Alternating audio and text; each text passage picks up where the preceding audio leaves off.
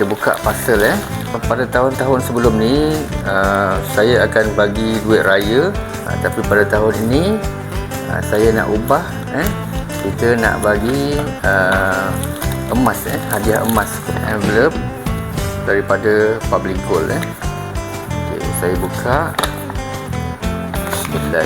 Jadi untuk hadiah raya ni tuan-puan, ni dia item yang terbaru tuan-puan. Kekalkan hubungan, jalinkan kemesraan. Salam Aidilfitri 1446 Hijriah. Boleh nampak bentuk emas ketupat. Jadi yang ini adalah item 1 gram tuan-puan. Jadi sangat sesuai untuk kita jadikan sebagai hadiah di hari raya kepada orang-orang yang tersayang. Jadi tuan-puan, mudah saja pembelian emas di Public Gold. Kita buat pendaftaran percuma, kemudian kita boleh install apps dan kita boleh menabung gram emas sedikit demi sedikit sampailah terkumpul jumlah gram emas yang cukup, supaya kita boleh keluarkan emas-emas yang kita mahu.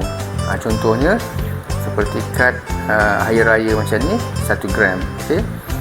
Sangat seronok tuan-puan, bila kita menabung emas dan kita boleh keluarkan emas-emas fizikal.